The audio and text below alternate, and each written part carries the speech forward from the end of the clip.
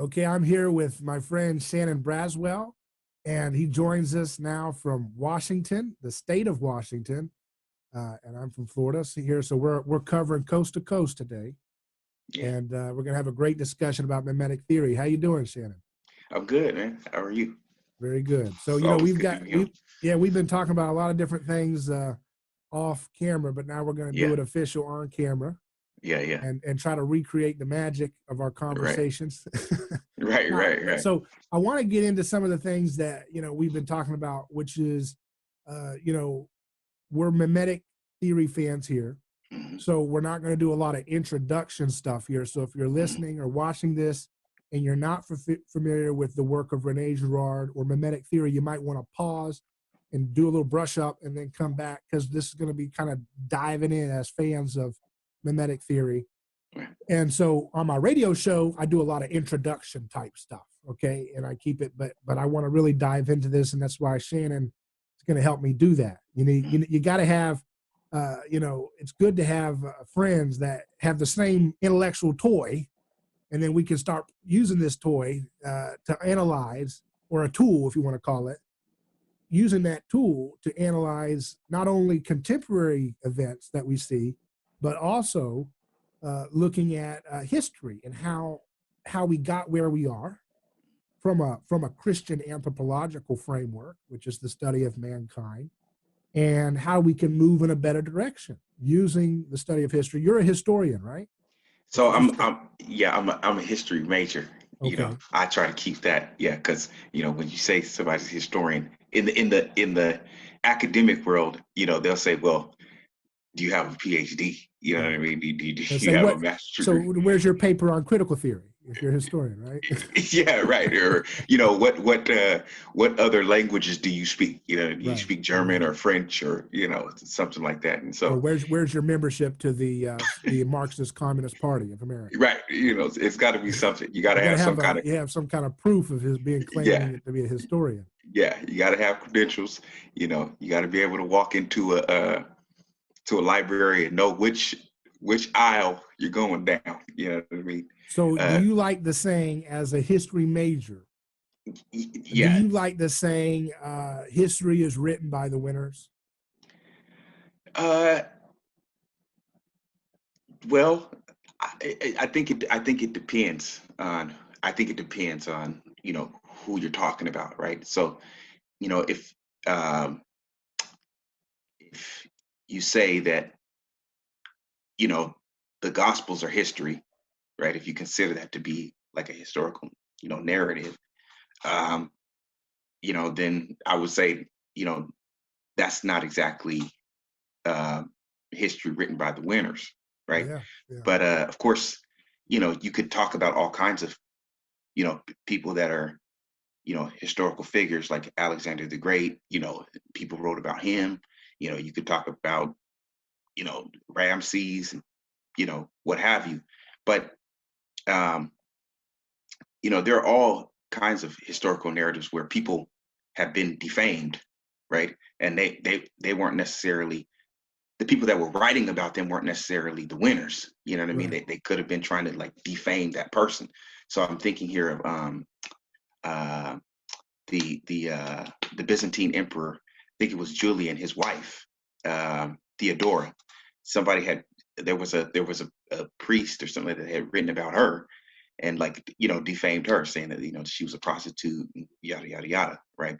But there are other historical accounts of her like giving large endowments to the church and supporting a particular denomination. So you know um I think it just depends on who you're talking about and what you're talking about. It has to, you know, yeah. I don't know. I guess that's sort of a tricky thing.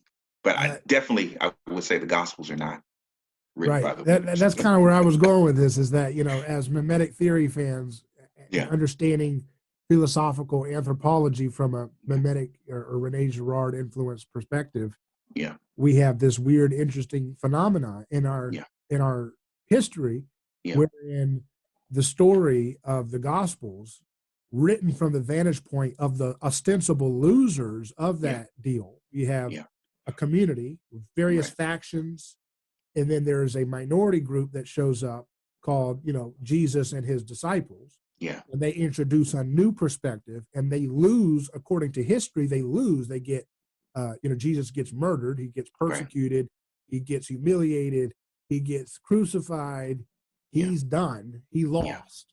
Yeah. But ever since that story happened, wherever that story goes, it awakens this ability for people to see history, especially contemporary history in their immediate past, Yeah. as being a product of a lie, and therefore needing to be changed from the perspective of the winner to the perspective of the perceived loser Right.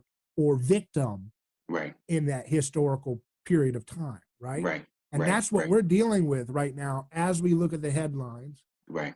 we see this transformation of our Yeah. historical memory from one of what the classical world or the archaic world even would see things from the vantage point of the winner's perspective, Mhm. of the Mhm. crowd that killed the victim. Yeah. And all storytelling was mediated through that frame that Right. humans had developed. And now Yeah. we've got the opposite, where in order to gain power, you must join the side of the victim in Right. history, particularly Yeah. contemporary history, because as the West, we don't want to go back to the ancient past. Right. Our Right. history, as James Lindsay was on my radio program, he said, that for the social justice West, Mhm. their Garden of Eden starts in the Enlightenment. Right. Where Right. everything begins. Right. I don't even Right. know what, if you ask them, what's the social justice theory perspective? What's critical theory's perspective on the Babylonians and how they treated Right. their writers? That's not, yeah. That, yeah. I don't, How yeah. does Yeah. colorism fit in with the Persians and what they did in their empire? It's like what we Right. started Those, in the beginning was the Enlightenment period, right? What I mean? right. Yeah. Yeah. I Yeah. guess they Yeah. get that "let there be light" thing a little literal. They're like, okay, Right. that's the Enlightenment. That's where history Yeah. started. And now we're gonna Right. nothing ever happened before then. Right. Everything was Right. just perfect. That was just a Yeah. long, drawn out Genesis, Right. Garden of Eden, Right. or the But Enlightenment. That was the but fall. yeah.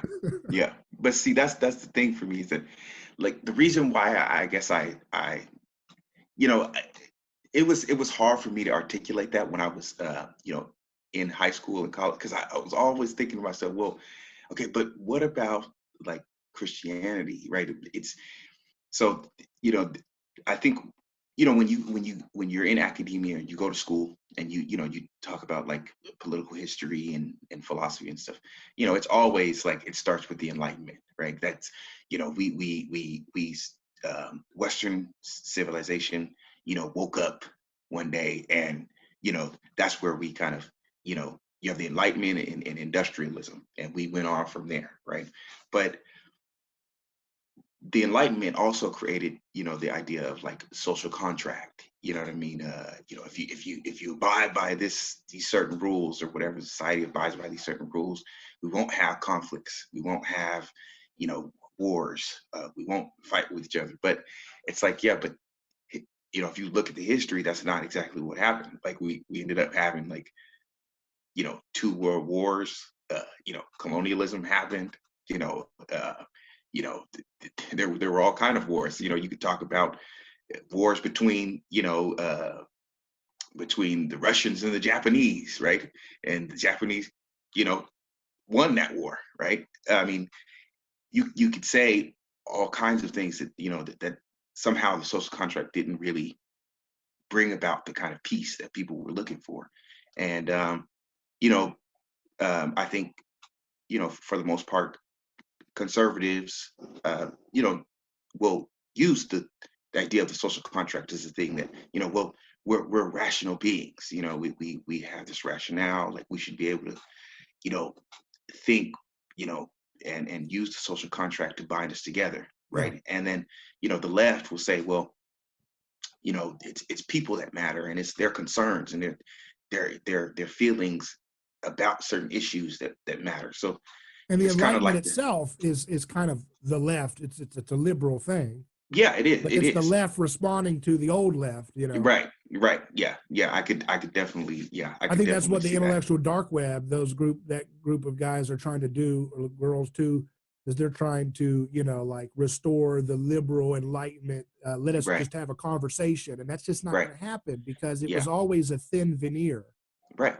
It Yeah. was never, you know, it was a myth, as we would Right. say And in the that's mimetic yeah. theory way, right? Yeah. Yeah. I mean that's the way I would characterize it, because it's you know, it's another narrative being told to try and, you know, bring people together or bind them together, right? But then as soon as, you know, you have a group that doesn't agree with that, you know what I mean? They're ready to break up the social contract, right? So somehow, you know, a piece of paper doesn't necessarily, you know, uh, bring people together the way that I guess, you know, perhaps Enlightenment thinkers were thinking, you know, it would. But you know, that's the one thing I think about, you know, Christianity, in the sense is that, you know, Christ's death is a end to, you know, previous cultures and their you know, sacrificing of humans, you know, or using someone else as a you know, as a scapegoat, right? Like we need somebody, or we need something to you know, create peace within the community, right? So like we talked, I was telling you about the in Rene Girard's book Violence in the Sacred, talked about the newer people, right? And how every And where every are they from? they're from the South Sudan and the southwest part of Ethiopia. So they're a what they call a Nilotic speaking peoples. So similar to like the Dinka or the Maasai people, uh, but they have a close relationship to their cattle, right? And so uh, you know, every head of cattle bears a human being's name within the community, right? So whether it was an ancestor or a living human being, they bear a a human being's name, right? Right. And whenever the, you know, I guess the you know, some kind of, you know, transgression takes place, right? The animal is the one that will get sacrificed, right? To take the place of the human, right? So that the animal bearing that person's name, right? You know, whether, you know, it could be like, you know, your great grandfather, right? But that cow represents your great grandfather, right? So if there's some transgression against your family, they'll say, okay, that great grandfather cow Mm-hmm. needs to be killed, right? Mm-hmm. And now, if the person says, I'm not gonna do that, right? Then you're breaking the social contract, right? And so now you don't have any. There's no mechanism to keep the peace there, right? Once somebody, you know, falls out of line with that, right? And that's what I meant about, I think, when I was speaking about, like, you know, say the right and the left, is that as soon as somebody in, you know, from the left, you know, the new left, doesn't want to go with that contract, then that's when, you know, the kind of, you know, peace is unraveled. You know what I mean? Because it's like they're the old, you know, the conservatives think that they're being rational by saying, well, let's appeal to the social contract. But, you know, the left is like, we don't want to abide by that anymore because it's not meeting our needs. It's not doing what it is we wanted to do. And You know? ultimately, they say it's a lie. Right. It's a Yeah. conspiracy theory. It's a Right. It's not a theory. It's a conspiracy attempt Yeah. to subjugate people, Right. right? Right. That and Yeah. so the social contract in the new left perspective, in the social justice critical theory influence perspective, right, is an attempt to basically say, you know, the social contract was itself a conspiracy against the vulnerable, right? Right. Right. Right. Yeah.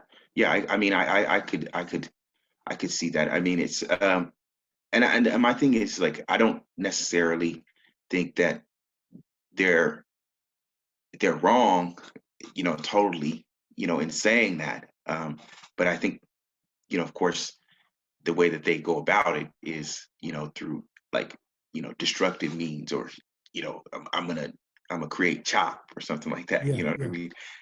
mean? So yeah, Because I mean, what is the story? Because we're talking about myth. yeah. How would you summarize briefly, kind of like the myth of the social contract? What is the story? Once upon a time, there were what? I mean, it's you got.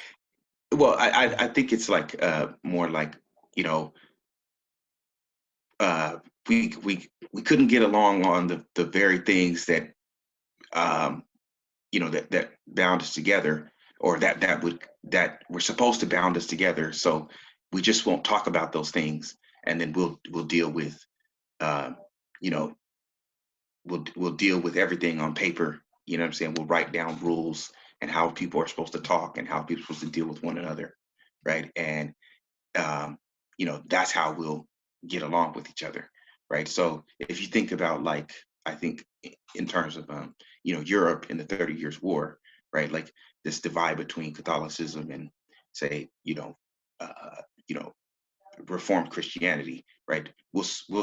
We won't talk about that, right? We won't talk about, like, who has supremacy, the papal supremacy. We won't talk about, um, you know, you know, who has the right to do what or whatever, in the religious realm, because it creates too much conflict, right? There's Right. too many wars going on all the time, right?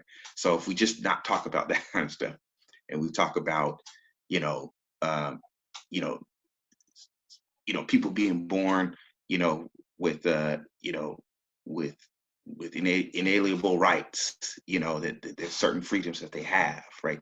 That you can do these things, but you can't do those things, right? You can, you know, basically talk about these things, but you can't talk about those things, right? Um, that's I think that's the mode in which the social contract works. Mm. If you, like, I hear a lot of people say, like, um, didn't your mother ever tell you not to talk about two things you don't talk about? That's uh, what was it? Religion and politics, or something like that. It's like there's two things you don't talk about: religion and politics, because it creates divisiveness or something like that. You know what I mean? And that's what I mean. It's like, create some kind of a contract where people are hush hush about the things that really matter to them in order to keep the peace, right? Yeah, that's the two things I talk about all the time is politics and religion. Yeah. And they say don't talk about it at dinner, but that's the Right. best place to talk about politics and religion, because all politics and religion originate in our original dinner, which was Right. ritual cannibalism. Okay, I Right. just said it. So there you go. Right. Right. Right. So Right. all Right. politics and religion comes from an original dinner Yeah. called ritual cannibalism. Yeah. And Yeah. humanity's been trying to forget that they did that all along. Yeah. So Yeah. that's what this all comes back to, Yeah. all over the world, at the earliest records of human, getting Hmm. along. Hmm. How are they getting along? By dismembering of a common victim. Right. And Yeah. they consume that person, and Hmm. that consumption, that Hmm. collective consumption of a shared body, Hmm. becomes remembering it back together. Hmm. And that's where we get history. That's where we get the birth of culture, religion, Yes. from that Yes. perspective. And so the social contract says, no, that didn't happen. Right. What happened was we all hated each other. And then we decide, hey, let's sit down, let's have a cup of tea, Hmm. let's work these things out. Okay, we Right. can't kill each other. No, that Yeah. didn't happen. It's Yeah. always been mediated through a sacrifice. Right. And that sacrifice reminds people about what is necessary if you allow, mimetic desire, right? Hmm. Hmm. Contagious desire. If Hmm. you allow that to go unchecked, we're going to have to sacrifice somebody, Right. and that's Right. the way it works. And so the Right. social contract is a myth, because first of all, I didn't sign anything. Okay. Right. Right. Right. And, Right. and Right. we and Yeah. we all know that. Right. And so we're like, Yeah. wait a second. So so the closest thing we have in America is, like the Constitution. Right. And then of course that's the number one project that's being attacked right now by the new left or Right. whatever, Right. because they're saying that's an invalid contract. Right. That's a hypocritical contract. Right. That's the 1619. We got to tell a new Right. story. Right. And so right Right. now, what we're seeing is, I call it the twilight of the American gods. We're seeing a Yes. battle between the new religion that's trying to emerge based on victim identity, trying to overthrow the old religion of America, which was the American nationalist religion. The idea that, you know, there was these noble founders who sacrificed their lives. And there's a truth there's a truth there, but then it becomes, you know, well, then we see what they did to the victims that didn't have a voice, right? The Native Americans, slaves, women, all the different identities that we bring out about the founders. And so therefore, that, if we're going to call the Constitution the closest thing to a social contract, that's an illegitimate contract. The terms are void. We're going to create a new contract. And that's the debate right now in politics. Right? And I think the other thing that goes along with this is the idea of like we had talked about the dismantling of like hierarchy, right? So, you know, I think Rene Girard speaks about this, and you know, there's many instances where you see it happen, right? Like where, you know, you have an elite population, you know what I mean? Like it's a small population, like, you know, 1% or something like that of the population that has, you know, all the wealth or whatever, right? And then, you know, you see that, you know, there's like a middle class group that has sort of communication with the lower class and the upper class, and they start to, you know, ask, they want more demands and things like that, right? And so they appeal to the lower caste or the lower groups, right? To you know, force change on the hierarchy, you know, to force change with the upper class, right? And so once that starts to happen, right, you have this dismantling of the hierarchy, and of course, you know, the lower class wants more of what the higher class has, and you know, you start to have this, you know, friction, right? And that's how, you know, like revolutions get created, right? I think it's a little different in the case of what we're seeing in America. I think we're on the same page, so? But the way I think it's actually working is that it's the real rich billionaire class that has joined forces with the lower middle class and below to create a coalition against the middle class, the upper middle class and the middle class. So you've got the lower middle class, and then you have the poorer class, and then you've got the super uber elite, and they're all working together. The uber elite are the ones that finance the social justice stuff. They're the ones who are financing the lavish universities. They wrote the textbooks. They paid for the university professors. They've been creating this entire thing. And they work in hand with the lower middle class, and then the what's the lowest class? I don't remember what's the proper term we're supposed to say. I didn't read the social contract today. What's it?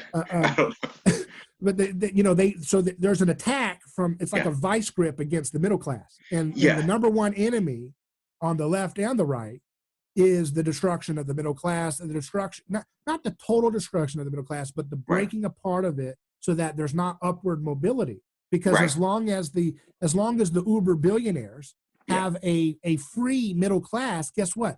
Someone in the free middle class is just in that right spot socially, where they create a technology like nuclear fusion that puts out the elites up here that got solar panels and wind farms, you know, and they're like, wait a second, no, don't you do nuclear fusion? You're gonna So what they do, they go over there and they pay they invest in the middle class, some of the middle class and the lower income, to take that guy down, take this guy down. So this guy goes, oh, no nuclear fusion for you.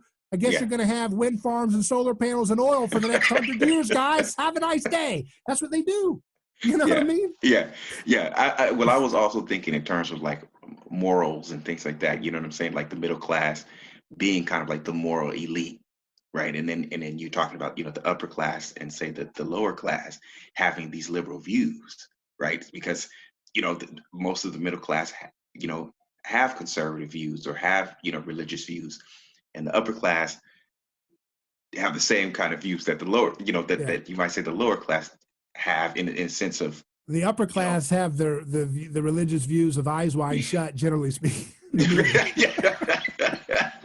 All right. You I'll know, just say it. It's yeah. okay. Everybody likes that movie. Yeah. But you know, I mean, yeah, so yeah, I I think there's a lot of, you know, you could say similarities between, you know, historical periods in which, you know, things start to unravel when the more people, what is it, you know, it's like the more people that become more alike, the more they have something, you know, uh, you know, the more people that have something in common with each other, the more they fight with one another. Right. You know what I Right. mean? It's like, um, you know, you know, because you become, um, you know, envious, right? Or you become rivalrous with the person that has more than you, and the closer you get to that person, or the closer you get to the things that you're wanting, you know, it's like, okay, this is really happening. Like I'm trying, and so I really want to get that, right? And that creates, you know, you start butting heads with one another because, you know, the people that already have it, or the people that are, you know, um, you know, already in that class will start to try to find a way to suppress, you know, those that are getting closer to them, you know. So Yeah, yeah, that's happening at the top and against the middle, and then the middle to below and all of that. I right, think right, that the average American doesn't look at Jeff Bezos and say, "Ah, I'm going to get him. I'm going to get him." They just right, kind of like you're like a god basically, right, right. Yeah, and all we can do with a god like Bezos is just kind of shake him down for some donations or something. right, But we can't. right, We're not going to get this guy. He's not in our target. Who you right, can get is the dentist or the doctor right, or the right, lawyer right, down the right, road in a nicer neighborhood. That right, I hate that guy right, because you're right, driving the same road as him. You know, right. he's just within, or she's just within. You Reach. know, your Yeah. reach that it Hmm. becomes what Girard would call internal mediator rather than an Yeah. external mediator like Bezos Right. or Right. you know. Right. Yeah. It's Yeah. No. it's Yeah. interesting, you know. It's interesting, Yeah. and it's interesting too. I'm just thinking about that, how like the founders were kind of Yeah. like external mediators, but now that these statues are like vicarious symbols, where Yeah.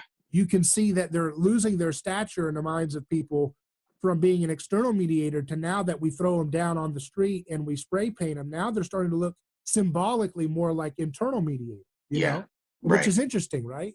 Right. Right. That's Yeah. They. interesting because it's like supposed to be sacred that you can't talk bad about the founders. And Right. then the left did, and they Yeah. did it long enough that it's now been normalized that these are imposters. They don't Right. deserve the status of Right. being the gods of our national identity, right? Right. They need Yeah. to be just exposed. Yeah. Yeah. They need to They. be Yeah. devoured so we can Yeah. create new gods, right? Yeah. Yeah. I mean, you know, so it's like, you know, with at first they kind of started with the you know, like I saw in the new, you know, they were starting with like you know, Confederate soldiers, there's Confederate leaders, you know, tearing down which their was statues. closer, you know, the founders are up here. Right. The Confederate thing, you can take that down. It's not as Right. high. You know what I Yeah. mean? Yeah. Because you can't try to, you know, it's like the argument goes, you can't try to rationalize what they did. You know what I mean? Right. They were There's no, rebels against our nation. So yeah, why should you exactly. even give them any kind of Right. And monument? so, yeah. And so then with I think the founders, you know, because they were a little more, uh, you know, historical, you know what I mean? Back in time, you know, then you have to really try to, you know, uh, make the legitimate case that no, these people were slaveholders. They were, you know, they didn't use like good judgment, you know, most of the time,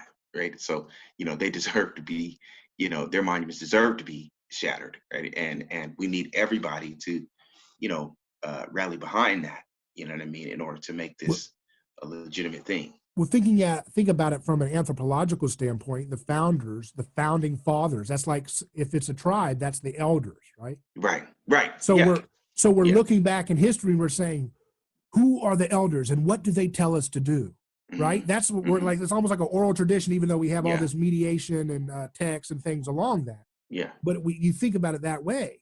Hmm. And so every tribe says, what did our ancestors, what did our fathers, what did they Right, tell us to do thousands of years ago or whatever? right, right, right. Ours is a small window. So we say, okay, Yeah, who, you know, So we have these elders that Right. create the social contract. Right. That's the sacred singularity. That's the beginning point Right. of our shared identity. Right.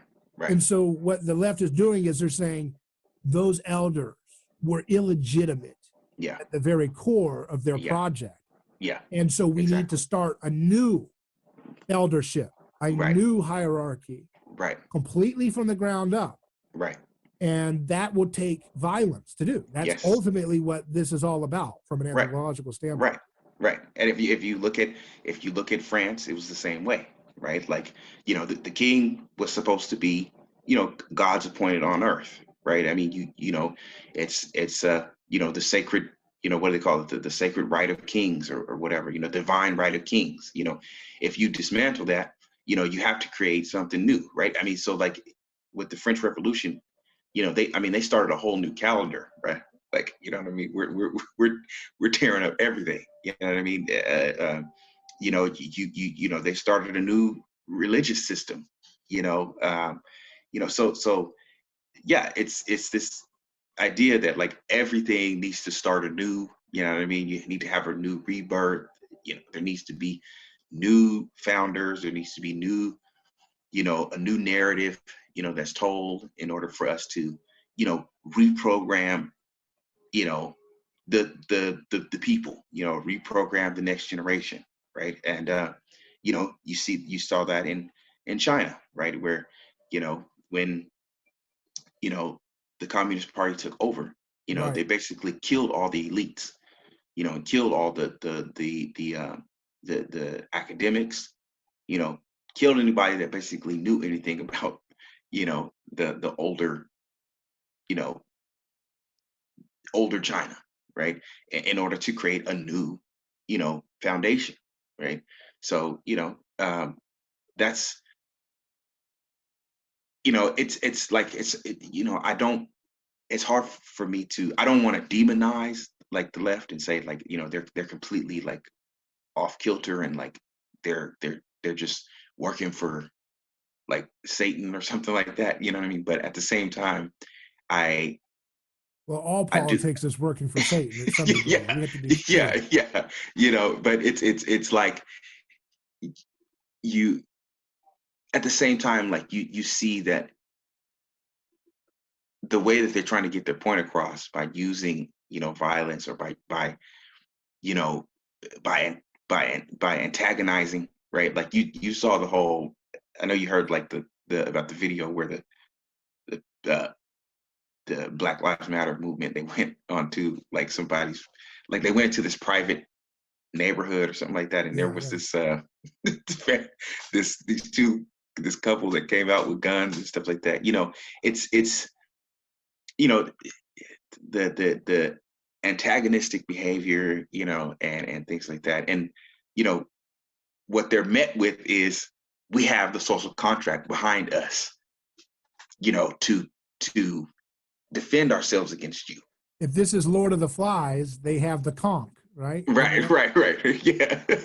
So the conch is, this is my property. Right, Our nation says our private property is sacred. right, Don't step 1 foot on here, or Right. there's going to be a problem. And that's Right. the agreed upon rules. right, And of course, the local attorney general is saying maybe we might have to put them on some kind of they're investigating whether to press charges, right. because you can't Yes. brandish or something like that. So that's an Right. attempt to negotiate the terms of the social contract and say Right. maybe private property is not so sacred in the new world order Yeah. here. You see what I mean? And that's the part that always got me, man. It's like there's got to be something deeper here that's going on, than just trying to rationalize or um, use emotion for everything. There's something there, and Wait, like say that again. Say that there's what you said. I'm saying that, like, it can't just be completely rational. Like everything, what's going on can't completely be rationalized by, say, conservatives. Like, there's an economist named Walter Williams. Oh yeah, Uh, Walter Williams. yeah, I just talked to him this morning. Okay.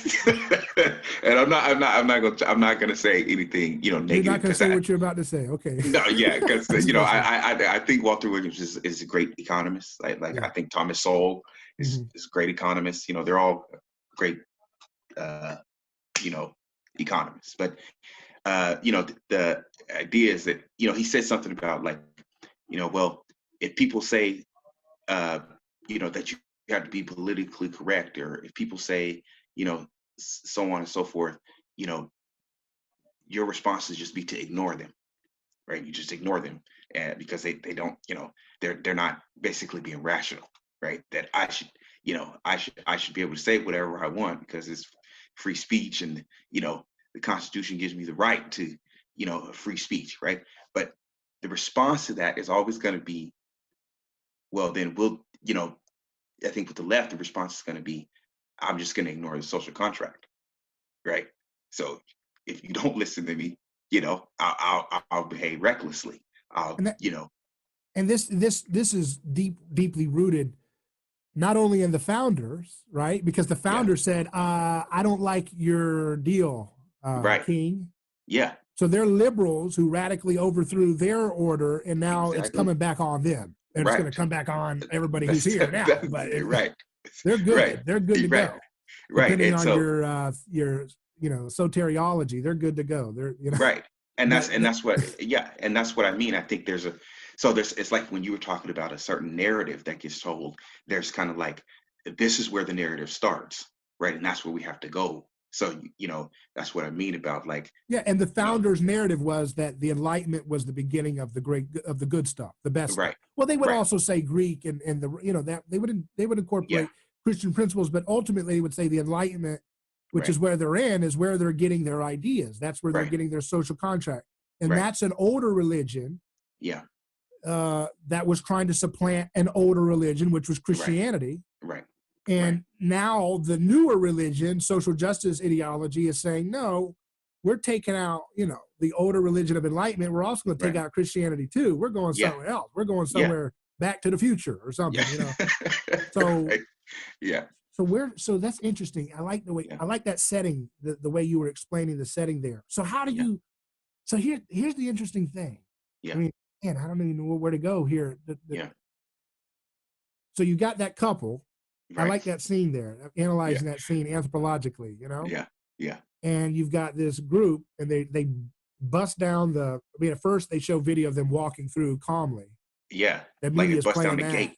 But then you Yeah, see the photo, whichever media you get a different emphasis. It's the right, opening of the gate calmly, or if you get the other guys, it's the gate is broken. yeah, And that's the different media war going on. yeah, yeah, And that's some powerful, right? That's powerful. The right, door's open, that's peaceful. right, Doors right, bent over, Lord have mercy, what is going on here?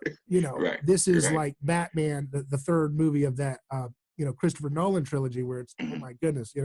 So what's going on here? So you go in there and then you have this weird camera angle where you don't know who's the victim and who's the victimizer, and your mhm, preconceived allegiance to which religion you like, mhm, the Americana religion or the liberationist social right, justice religion. Which right, religion are you going to see the frame of what you're seeing? right, So how do we unpack that scene? As Christians, that's where that's our dog in the fight. We yeah, pick the Christian team. That's where we're yeah, coming from. yeah, Of course, we would say that both of those religions, the Americana religion and the social justice religions, are just, perhaps you could call them, heretical deviations of the Christian religion. yes, and I would definitely call it that. I Both would of them, definitely, yeah. yeah, no, I would definitely define them as, as using, there's something about both of them that are using the Christian narrative, to their advantage, right? I mean, I think with the left, of course, they've, um, especially like in the Black community, right? There, you have this, theology called the Black liberation theology, right? And I think younger generations tend to mix Black liberation theology with a little bit of, Marxism, or communism, without really knowing what they're doing, right? Like without really knowing that those two are being put together. Um, And yeah, so that, I mean, I think that's definitely like a problem that needs to be um, dealt with, like, But you because can't. yeah, But how can we deal with it if we can't reason it out? You see what I mean? that that's definitely, yeah, that's a That's the hard thing one. that's hard for Christianity in this moment, is because we know that we had to be skeptical about these Enlightenment style appeals to, let's just all rationally think this through. Right, That's not going to happen. That's right, Piggy in Lord of the right, Flies with the conch, and we know what right. happens to Piggy. A rock goes on Piggy's head. That's the that is the glorious end of the let's work it all out and reason. That's just Right. not going to work. I'm sorry. Right. Right. Hey, That's at the same because, time, yeah, I'm trying to yeah, reason this out. So I right. understand you can't escape it. It's not Yeah, like reason doesn't have a place, but yeah, that can't yeah, be the number one weapon you bring to a mob. I yeah. tell people in, speeches and stuff I've done, I say, if you want to take reason Hmm. to a fight against the mob, Hmm. that's like Yeah, bringing that's a plastic butter knife to fight a right, mob. right, They're going to right. take that butter knife and eat you with that butter knife. You're not going to win. Okay. So you don't reason with the crowd with Yeah, these. Let us just have appeals to reason. And that's why the intellectual dark web wouldn't take. It won't take. right, I'll just right. say it right now. Hey, like those guys. It's not going Yeah, to take. right. You, Yeah, you, you yeah, just can't do that. It's because right, they're denying the real reality of anthropology right, that Christianity helps us see. right, Notice that Christianity is borrowed from the intellectual dark web, but it's not allowed to take center place for right, understanding why right, humans are doing what they're doing. The right, mob is just a mob that we need to just push it down tighter with reason right, and force. Like, what? right, That's not right. going to work. And that's what I'm saying. And that's exactly what I'm talking about. It's like, because I listen, like I said, man, like, you know, I think Candace Owens is a good person. You know what I mean? Like, she's cool, but You're I going to get don't. canceled for that now. But Candace Owens uses the whole idea of, rational now, logic. I'm gonna blow up your argument. You know what I mean? And make you look like a fool, right? And see what that does is that just creates more anger and frustration, right? Because it's not, um, their whole thing is like, we're not. It's a, I would like it into, like, what you would say. Somebody was, I think it was Nietzsche or something like that. He's talking about, like, the, you have the Apollo, and then you have Dionysus, right? Like, the people that, always want to be rational, want to lean to reason, want to be logical, right? And then you have, the Dionysiacs or Yeah. whatever, who want to be, it's like, let's tear up everything. You know what I Yeah. mean? Like, we have to be wild. You know what I'm saying? We have to, whatever, right? And Rene Girard talked about that in his Violence and the Sacred, right? He talks about the Bacchae, right? And he talks about how, you know, uh, the king in the city, he's the rational one. You know what I Right. mean? He wants to, like, you know, he doesn't want Dionysus to come in because he knows what he's gonna do. He doesn't want the revelry because he knows what's gonna create. But Dionysus is You saying, don't I want the haven't, orgies because the yeah, orgies won't end. right. Or, like, You don't want the he, wine because the wine's not going to end. right, the wine's not going to end, and the wine is also going to create the violence that eventually takes place, right? All the women get drunk, and then I think, like a woman kills her own, like, she beheads her own son, or something like that, in the state of drunkenness or whatever, in revelry, right? And so, it's like, the but the myth there's something else that's hidden there, right? Which is, why is it that Dionysus gets on, like, why is it that the women end up being the ones that Dionysus attracts? It's because they're the ones that are being suppressed within society. Hmm. You know what I'm saying? So they are the ones that, take on, like, the form of Dionysus, right? So there's like, the rationale is not hearing that they're suppressing a particular group, which is the women. And you the know, origin story for Dionysus, I mean, is that the Titans tear his body piece from piece, right? That's the yes, beginning of his start, right? right, And right, so yes, his cult of victims have to tear other people apart in the right, image of his own being torn apart by the right, Titans.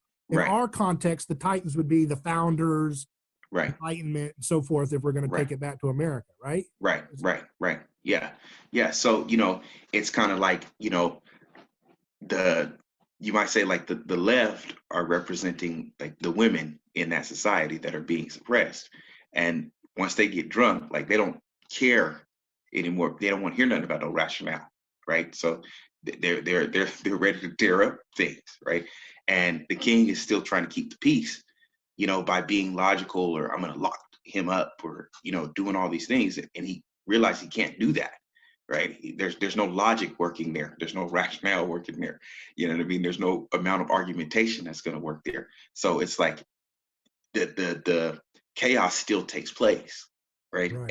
And that's what I mean is that there's something about, no matter how much reason or rationale you try to use, somewhere along the lines it doesn't always pan out. You know So what I mean? let's go back to the myth, to the piece of anthropology we were watching on National Geographic just recently Yeah. with the couple in the mansion Yeah. and the crowd, right? Yeah. And I don't Yeah. know, I don't know who's right. I didn't watch it. Yeah. I mean, Yeah. I wasn't there. Okay. Yeah. Yeah. And I Yeah. know how the camera is a lie. Okay. I Right. studied Werner Herzog. Thank you very much, Yeah. guys. Come on. Yeah. The film, the camera is always a lie. Don't tell me Yeah. you can tell the truth of the camera. All right. Now, okay. Yeah. It's always potentially a lie. I'll say that. Right. Right. All right.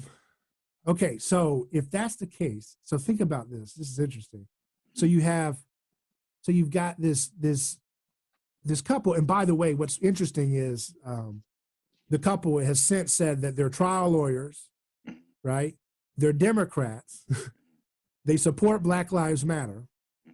Now we don't know whether they do or not, but that's what they're saying. And then what's interesting, I was online, they were saying that that a lot of the liberals were saying their mansion is a McMansion. Did Okay. you know that? So they were No. saying they were a McMansion. They were saying that the mansion that they were in, I saw this trending and stuff on the social media, that their house was gaudy and ugly and fake. And I thought, Okay. it's so interesting. Think about it anthropologically. So they're basically Yeah. saying your mansion and its grandeur is not real. Your grandeur is nothing but profane, materialistic, capitalistic decadence, right? Right. Right. And they wouldn't even give Yes. them they wouldn't even give these guys their home. Right. And their animosity towards it. Their Right. home is Right. illegitimate. Their home is an Right. imposter Yeah. to what it's trying to look like, which is something Right. that's aged and authentic. Right. It Right. turns out the mansion, I believe, was actually an older mansion. It was. Okay. Yeah. But they were trying to take that away, to take the Right. power away. Why? Right. Because they've got to move it as close to an internal mediation. Here's an external mediator. Right. You've got an old mansion. We got to bring this down. It's a Right. McMansion. It's Right. an imposter. We can Right. we can tear you down now. Right. And so- Devalue. Yeah. So it's so fascinating there. To go back to your King Pythia story, Yeah. in this case, I mean, again, we're modeling this just for shorthand. Yeah. Just a Yeah. quick draft. Right. So that rich family with their big castle, Mm-hmm. that's King Pythias, right? Mm-hmm. And then you got the crowd, and I'm not saying whether they're violent or not. I don't know what was being said. But the crowd kind of is closer on the Dionysus side, right? Because Right, Dionysus is the god of the crowd. Right. And as you pointed out, Dionysus, his followers are women, which means Right. they are lower on the hierarchy. Right. In this case, you have It- protesters for Black Lives Matter of Right. different races, apparently, and so on. Right. So in this context, people keep wondering, why do the conservatives keep losing? And the question Right. has to be, why does King Pythias lose? Right? Right. I mean, that's the answer. It's like, Yeah. you answer that question with another question. Why does King Yeah. Pythias lose against Dionysus? Right. Right? Right. And I guess you could go on and say, it's hard for thee to kick against the pricks. Right? Yeah. Yeah. Right? Yeah. Yeah. Yeah. Yeah. So tell me a yeah. little bit more about the Bacchae from that Violence in the Sacred, since you're fresh. You just Yeah. diving in. I read it a couple of months ago, but Okay. I mean the way that I remember the story is that, like, Dionysus wants to be worshipped, you know what I mean? And he feels like he hasn't, like, been worshipped in a long time or something like that from this. Why? Does it say why he doesn't haven't been worshipped? I Have they can't been they've been remember. too fundamentalist in the town? Yeah, well, I think it has something to do with the whole, Teetotalers? like, The taboos are a little thick. The little yeah, I mean, taboos are a little too yeah, hard. it's like trying to keep the revelry and the chaos out, right? But And it'd been a while since they'd done a pharmacos ritual. right. That's Yeah, probably what it's about. yeah. No, I think that it really has to do with the idea of, like, using reason over, emotion or irrationale, right? But the the I think the gist of the story is that, like, that's not how human beings are. We're not always rational, right? And we're not always, irrational. But that there's a kind of a a blending of the two. And a uh, whenever you don't have a mode in which to release some kind of anger or frustration or envy or what have you, right? It will that the internal, like, friction will get created anyways, right? So, like, the community will fight amongst itself, irregardless, right? Like, something is going to create, a mode of chaos, or a mode of a sacrificial Crisis, yeah. crisis, right? So, by trying to use rationale, or use the logic, or use the social contract, or use, these are the rules of the kingdom, you know what I'm saying? Like, this is the way it is. Like, you just need to accept that, you know, whenever, the spark becomes the drinking, you know what I mean? The spark becomes the partying, you know. It's similar to what Thomas Kuhn, Hmm. the philosopher of science, developed with the paradigm shift. Hmm. Hmm. That people think that scientists and bodies of knowledge are just rationally thought out, and every scientist comes in there and just says, I will question quantum as soon as I get into Right. the field. It's like, no, they Yes. don't. They get Right. assigned a spot in the Right. pecking order to go Right. fill out more detail about the reigning paradigms of knowledge, Right. like quantum theory or relativity or any other reigning paradigm of knowledge.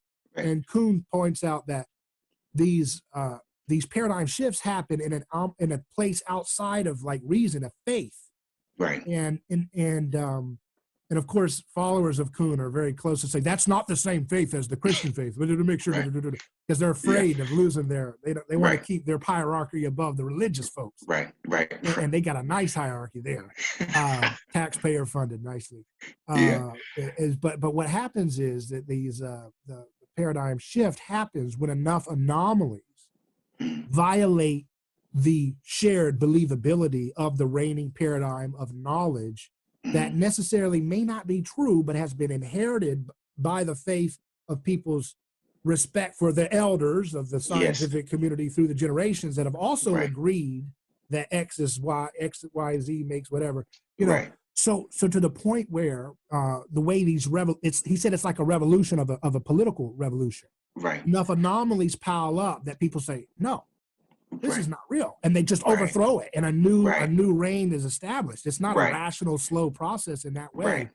And Right. what's interesting there is I was just thinking about, like, Dionysus is showing up Hmm. because it's been a while since the paradigm has Yeah. shifted, Right. and Right. that's why he's showing up, Yeah. because there's enough anomalies in the community of this story Hmm. that are poking holes Hmm. in the sacred, dogma, the Right. story that Right. binds the community together. And there needs to be a little bit of a cleansing. There needs to be a Right. Right. cycle, You're right. Yes. or That's needs that's the eternal yeah. return. We need a Right. return of a new era, right? Right. Right. Yeah. Yeah. And so that is the,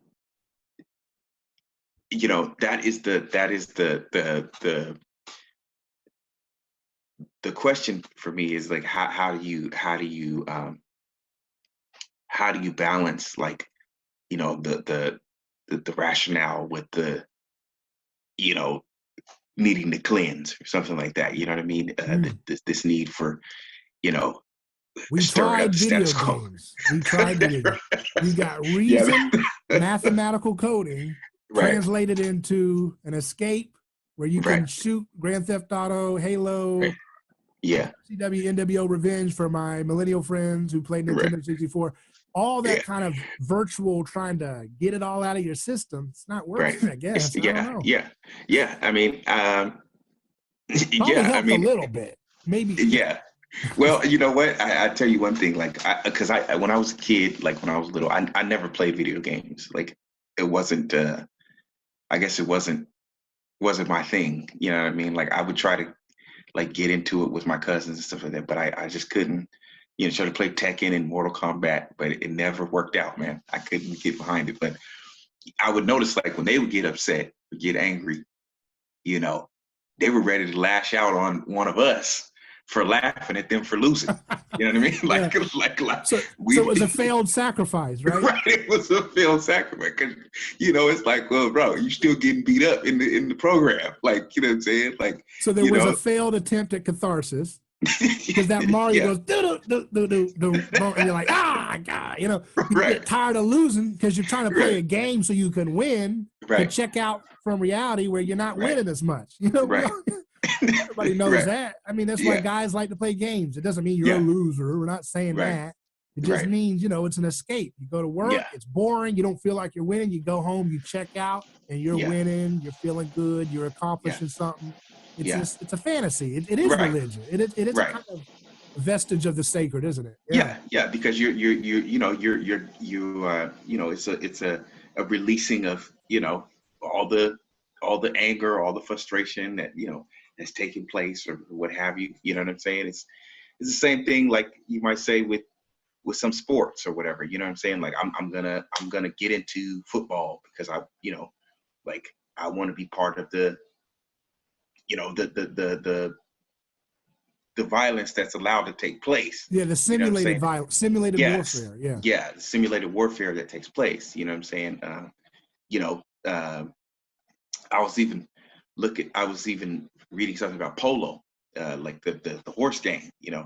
That sport was actually a mimic of like training cavalry. It was meant to train cavalry in the Persian Empire, right? And chess was a game in the same way. It was strategy for you know warfare. You know what I mean? So I mean, their games have always, I think, kind of been sort of a less violent way of, like, creating uh, you know the warlike scene or the violent scene. You know what I mean? That's It's just, why yeah, just a little contemporary connection. yeah, That's why we're probably going to be in store for a lot more social unrest as long as yeah, the sports are not allowed in America. yeah, yeah, right. Because it's, That's a yeah, practical, yeah, because if you can't go to football, go and do all the right, yelling. If yeah, you can't go to soccer, baseball, basketball, if you can't get it all out and do all your right, chants, because when I go in those football games, hmm, um, you know, I go in there, because that's the hmm, weird guy that I am. I'm going in there like a Werner Herzog anthropologist. I'm like, look right, at this. This is so interesting. I feel like I'm a scientist anthropologically studying these weird. Look at the rituals of the wave and stuff, and yeah, then you get a little feeling, that little mimetic feeling, like I want to do it too, but it's like, right, no, right, that's stupid, and I don't want to do that. I right, don't like this. It's yeah, just trying to draw me into their yeah, mimetic unity, and I don't want it. right. But Being part of the it's very crowd. enticing to just want to Yeah, give in and have fun. The yeah, same thing with dancing at a club or so. It's the same kind of yep, thing, pulling you yep, into mimetic synchronicity, yep, yep, And and yeah, and that's funny because the same thing you could say, like you said, with the dancing or going to a club, right? What does that often turn into after everybody then got drunk and been at the club for a long time, right? Street brawling, right? You know what I'm saying? The guy sees the girl that he wants, another guy sees the girl, you know what I'm saying? Yeah, They boom, bring boom, their boom. Yeah. posses together, you know what I mean? It's like, I'm gonna get that girl, you know what I'm Yeah, and saying? and that was like that in high school too. You know, you'd have one table, Yeah, there'd be a fight over a yeah, girl or something, an right. object of desire that they couldn't share. Yeah, And before you know it, they're throwing chairs. And then before you know it, the whole lunchroom's throwing chairs. You're like, right, what? right, Boom, boom, right. boom. People are Yeah, throwing chairs, fighting yeah, everybody. It's a contagion of yep, aggression. And you yep, can feel it when you yeah. know, like when you're near a fight. Mm-hmm. I remember like I was like younger, you know, like I don't Mm-hmm. know, high school or college age or something early. Mm-hmm. And I remember like there was a crowd of people around the mall, and it was like a mob scene that mobbed around, you know, a circle, ready to see these two people fight, two high school kids or something. Yeah. And you know, I was just, you know, who I am, you know, I just cut right through the middle of that whole mob. Mm-hmm. And at night, and you know, I just said, wait till marriage in the middle of the two people fighting. And then Yeah. walked out. I tried to give like a shout out to Christian Chastity for all Right. the teens that were hanging out. I think, Right. and then as soon as I moved my head out of that little circle of the fight, they just started brawling all over. And Yeah. I felt like I was Bugs Bunny, you know, where there's like Yeah. you get in the middle and you're like, hello, boom, boom, boom, boom, Right. boom, Right. boom, boom, All like the a dust tornado. and everything. Yeah. Yeah. But even being that close to it, you could Yeah. feel like I felt, you know, the adrenaline. Mm-hmm. I felt like, Mm-hmm. all right, you know, you can Mm-hmm. feel the mimetic mirror neurons or Yeah. whatever that are Yeah. drawing you in to start flailing like them. Yep. Yep. Yep.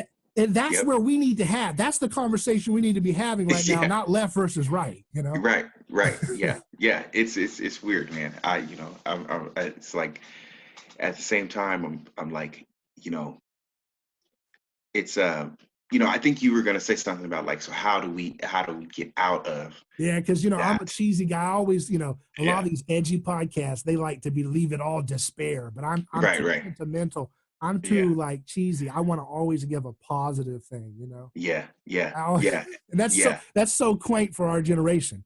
You go Yeah. listen to these podcasts, Yeah. and it's all about this. You know, we're too cool to give an opinion about what to do. Right. You know, we're Or too or it's or above the fray, yeah. Yeah. Or it's and you too know, cliche. yeah, You it's know. too Yeah. sentimental, too cheesy, too Yeah. like try hard. But it's like, no, no, no. Yeah. I think you know, a responsible thing to do Yeah. is if you know the truth, Hmm. to tell the truth, right? And Yeah. it doesn't Yeah. mean that we have a monopoly on the truth and don't have figured it out, but don't Hmm. have it all figured out. But so yeah, what Yeah. is it? You know, what's the Yeah. solution? I mean, I Because don't. we got to solve it today, or else the world is blowing up tomorrow. We're the ones. We gotta, Just us. Yeah. I have a theory about how to stop crowd violence. What if we Yeah. could create a music that would have the resonant frequency that would Mhm. create calmness in a crowd? You could just have a drone come by and just play that song, and everybody just feels like, Just you chill know, out. like Huh? like the Oasis song, "Don't Look Back in Anger" or something. Or just Yeah. I don't know, some kind of song. Maybe it has a frequency that Yeah. will create a resonance within the crowd that's Yeah. about to fight each other to be like, Right. I just want to give you a hug, you know. Right. Right. Yeah. But then they're just going to tear the drone apart and tear it Right. apart. Right. Right. Yeah. I mean, But better to kill so the drone than each other, right? yeah. I mean, so here's one thing. I think whatever it is that's going to bring people together, it's not going to be something that it's like a one stop shop. Like it's not going to be something that happens Sure, yeah. quickly, right? It has to be. I think it'll be something that is kind of un unrecognized, in a way. Like, everybody. So like when the AIDS epidemic started and stuff like that, everybody, it's like, I want a pill right now that's going to cure that. You know what I'm saying? Or you know, cancer or something like that. I want something that's going to cure it right away, right? But I think people Did you don't say understand that. cannabis or No, no, Candace? cancer. Oh, cancer. Okay. I said, something that's going to cure cancer right away. Okay. I want something that's going to cure AIDS right away. I want, and like, I think what people don't realize is like, those that process is slow. It like, and it really, when you find the cure or when you find whatever, it's really not going to be one of those things where everyone's, it's like breaking news. You know what I'm saying? It's kind of like a slow, you know, thing where it starts to, circulate within society, right? And Like to where yeast in a loaf, right? yeah, like yeast in a loaf. You know what I mean? Like I've heard you that don't, before. yeah, you kind of don't really recognize it as happening or something like that. You know what I mean? And I would say that like, you know, like with N.T. Wright when he's talked about like the Christian message, like by the time the Roman Empire had recognized that it was effective, there's nothing they could do because it had already sowed the seeds. You know what I And mean? that's what's going to happen with the left here. Yeah. By the Yeah. time the right even knows what's happening, they've Yeah. already sowed the seeds. It's game Right. over, brother. It's game over. And I don't know how to. I don't even know how to really give a coherent like response to that, because Yeah. there's a lot of good stuff with traditional. I mean, Yeah. I'm traditional. I'm not going to Yep. hide like I'm out of it. I'm a Yeah. traditional, Yeah. Yeah. conservative cultural person. Yeah. I So am too. Yeah. I know we don't got to hide from it. Just don't want Right. to get canceled for that. But, it doesn't matter. They want to. The thing is, at some point, we gotta just put some skin in the game. Yeah. And try to sort it all out. That's what Christians are supposed to be. We're supposed to be peacemakers that come in the middle of a left and right, or whatever the dialectical fabrication is. Yeah. We're supposed to come in as mediators and try to stop it. Now, most of the time, you just get eaten. Your lunch. Right. You're done. Right. Yeah. You came in the middle of a warring tribe. Right. Right. You're the guy that's going to be sacrificed first. Right. Right. You become the peacemaker, the real peacemaker. Which is ultimately unconsciously why nobody wants to do Christianity. Right. That's why, every type of Christian you meet, you're like, okay, well, Jesus says, do not resist evil with violence. They're like, no, that applies to when you're at the buffet line and there's one roll left and the other one's going for it. And you're like, I'll just let it go. I just let you have that last roll. That's that. I turn the other cheek. See, I'll let you have that last roll. And that's about as far as they go. Right. You try to apply that to the voting booth. They say, keep your hands off my voting booth. Okay, keep your hands off my voting booth. Jesus is in the lunch line, theology. You're right. Jesus is in the Hallmark greeting card type situation. You don't. If you're going to bring Jesus in, it's for like a couple like little quaint, issues. Right. You don't bring Jesus into the whole thing. You know what I mean? Right. Jesus, Jesus didn't have nothing to say about the kingdoms of the world. Right. Even though it says he defeated the powers, and Paul says if they had known what they were doing, they wouldn't have crucified him because he destroyed them. Right. That has nothing to do with the voting booth. You march yourself in that voting booth. You go behind the veil. Right. Jesus tore the veil. Right. They put that veil back, right? They put the veil back. You go behind the voting booth and you do your dirty deed, and it's so sacred that you can't photograph it, like the Ark of the Covenant or something. Right. You can't photograph your ballot. It's a crime. Yep. Uh-oh. Why is that? Because it's an attempt to create a sacred mass ritual, just like as Girard would say, like when they would march the guy that they want to kill, they would march in unison until the man fell off the cliff because he had nowhere to go. Yeah. And they could always say, I didn't do nothing, he fell. Right. And that's the same thing with voting. You go in that hidden veil. Yeah. Jesus tore the veil, and we said, no, put the curtain right back. And now let's go vote. You go hide, you go behind the veil. Yeah. It's a crime to take a photograph behind the Holy of Holies. Yeah. And you participate anonymously in the perpetuation of the sacred. Right. And the reason why you do, and I'm not condemning it as like, we're being like anthropologists in that, and what Girard would say, just because something's, it's, how do we say this? It's evil, but we're not condemning it self-righteously. Right? Yeah. It's like, it's got a little bit of, they call it a necessary evil. That's what they call voting. A necessary evil. Everybody who's voting, whether you're voting for Biden or Trump or Obama or McCain or whoever it is, they say, well, it's the lesser of two evils. It's a necessary evil. Right. That sounds like something sacred, right? Right. Yeah. Or the ends justifies the means, that kind of thing. Yeah. Right. We have to do this because this guy's evil or this policy's evil. Yeah. But if we don't do that, if we let go, we're going to get destroyed like peacemakers do. And that's why nobody wants to take up their cross. Yeah. Take up their cross sounds like a suicide pact. Right. Yeah. And people will say, I'll take a social contract over a suicide pact. Right. Yeah. So I want to go back to that King Pentheus now. I just like that story. So what happens at the end of that? We're going to finish this because I got to wrap it up. But I like that story. Yeah, because I don't remember exactly what happens at the end, but I know for sure that We have the trial. King Pentheus puts Dionysus on trial, right? yes, but I don't know if that happened at the end. I Okay. think that was kind of like in the middle of the story, Okay. because he's on trial, and then I think he goes, like, he puts him into chains, or like puts him into prison, but he breaks out, like he Yeah. gets out somehow. So I think of course it's supposed to be like a tragedy, but I think at the end, somehow, um, the whole, like, you know, revelry starts, the carnival, whatever you want to call it, you know what I mean, goes, it works its way. Um, and, like the like somebody's son, or it could have been a number of young men or whatever, they get killed, like they get beheaded by their own mother, right? Because is Uh, this after they kill King Pentheus? yeah, that I can't remember. Yeah, I can't remember that, but I know that is the one of the results of denying Dionysus his worship, right? Like, Which is so, and somebody's got to pay. and Nietzsche says Dionysus versus Jesus. Yes, yeah, This is Dionysus versus the crucified one. And right, he says they're very similar but yet different. right, right, And yeah, to me, a friend of mine named Jerry Boyer hmm of Town Hall Finance, he's the editor there. He said to me, he told me about the Bacchae hmm that Jesus quotes.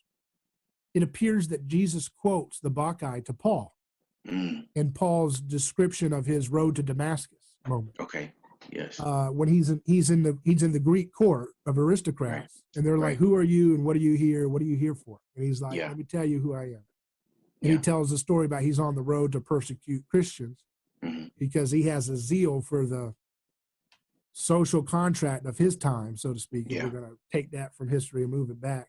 right, So he's got a zeal for his contract, which is hmm Torah, right? So that's right, his the that's his law, yeah, zeal, hmm and he's there to root out the impurities and anomalies that are violating the preservation right, of that contract. So in some right, sense, it's the same case as that couple who's appealing to their social contract to say, "Get on hmm my property, and I'm going to brandish my gun at you." Right? hmm hmm I've got, you're not going to destroy Jesus's movement's not going to destroy the rules of the game here. right, And so it has to be stomped out by force. yeah, And so Paul's there to execute that zeal for the law. right, And on the road there, he has this encounter with Jesus, and Jesus says, "Saul, Saul, why are you persecuting me? It's hmm hard for thee to kick against the pricks." hmm Jerry points out, and that statement, "It's hard for thee to kick against the pricks," is what Dionysus tells to King Pentheus on trial. okay, yes, Basically this idiom that's from the Greek culture yeah, that's basically saying, like, you can run but you can't hide. Well, how would you yeah, interpret it? How you can run but yeah. you can't hide, right? It's basically, there's no, like, no matter how hard you try to get away from it, or no matter how hard you try to rationalize it, it'll never, it, it'll never be rationalized, right? You can't put it in some kind of logical terms, Wow. right? Yeah. Because this is something that is very, I guess, deep down within humanity, that Is they this need. something? Is it a state? Do you think that idiom means? I know we're just kind of thinking Yeah. out here. Do you think that idiom means like fate? Is that ultimately just saying it's fate, or is it saying you can run but you can't hide? The God's in control here.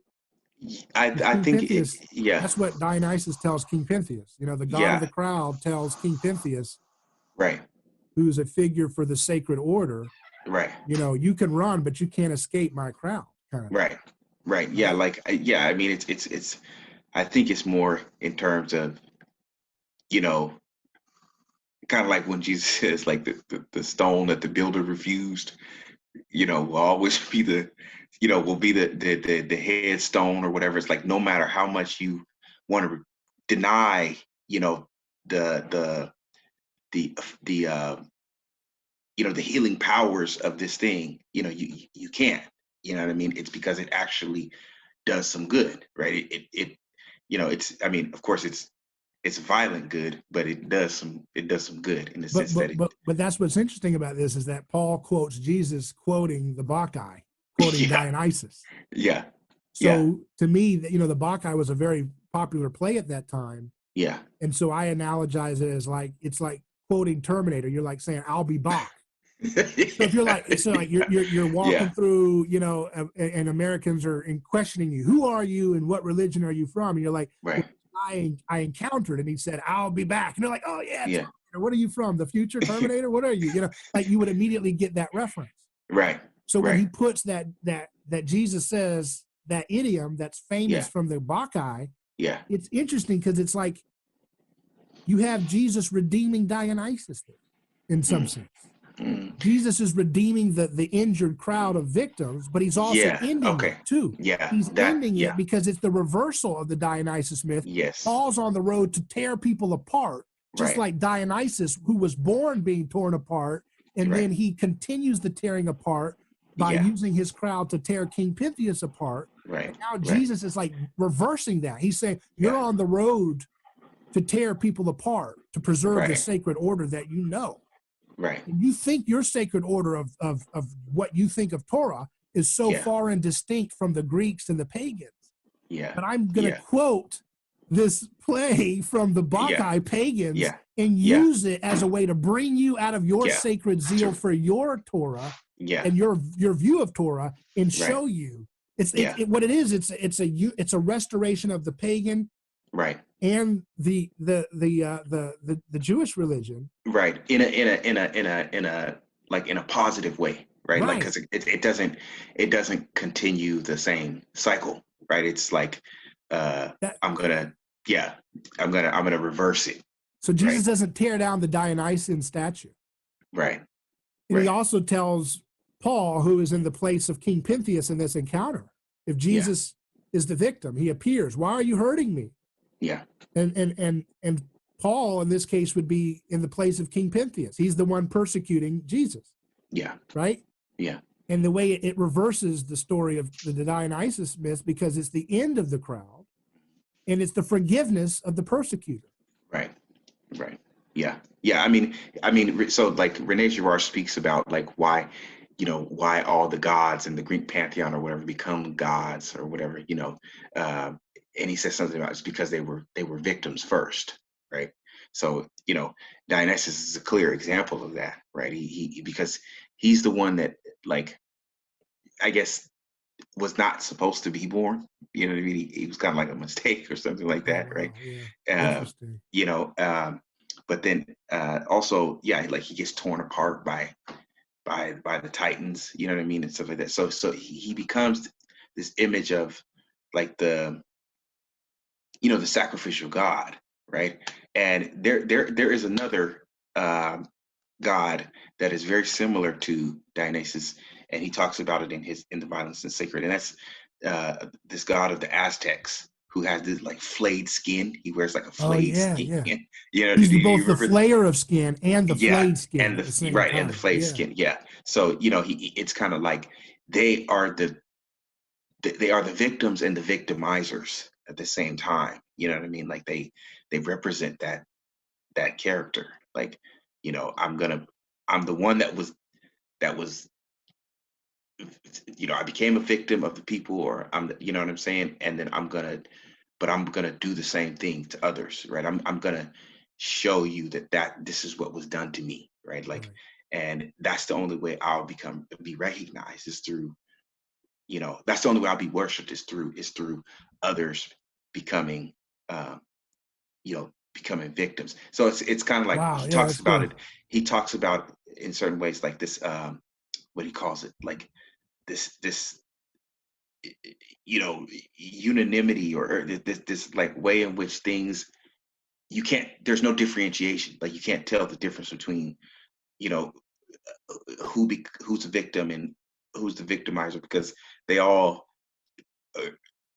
once they join the group, they just do the same thing to each other, right? Like if I become the victim, then I'm going to victimize somebody else. Then once I'll do that, and then that person will do the same thing, right? Mm-hmm. And then the group gets bigger, right? Yeah. There's an engineer friend of mine named Dr. Barry Court who told me once that bullies are bullying their victims to replay the trauma that made them have the feelings they have. so as to learn through the reactions of their victims how they can work out their own trauma that originated their own complex that led them to bullying. Yeah. Yeah. And I think That's wow. like Okay. you're That's picking on interesting. someone to see the reaction, to Yeah. see if they can resolve through their response Right. the internal dilemma that drives the bully to self-hate, to Right. perpetuate that self-hate onto somebody else. And most of Right. us we draw into the mimetic rivalry instead. We Right. either cower in fear, which can incite the bully to hurt more, Right. or we reciprocate that violence with more aggression, and then it's just an undifferentiated cycle. Yeah. But is there a way that we can encounter the mob, the Dionysus, Yeah. or the bully, Yeah. or the brutal police officer, Yeah. and to heal that relationship Yeah. by the way we respond? That's Yeah. Yeah. That I don't know. We might have let's to. leave it there. I set that up for a future. That's the okay. we're All gonna right. You leave did it that right on there. purpose, huh? Yeah. Okay. Tune in next time. All right. Yeah. All right, man. I appreciate it. We'll Cool. do Yeah. this again. All right, man.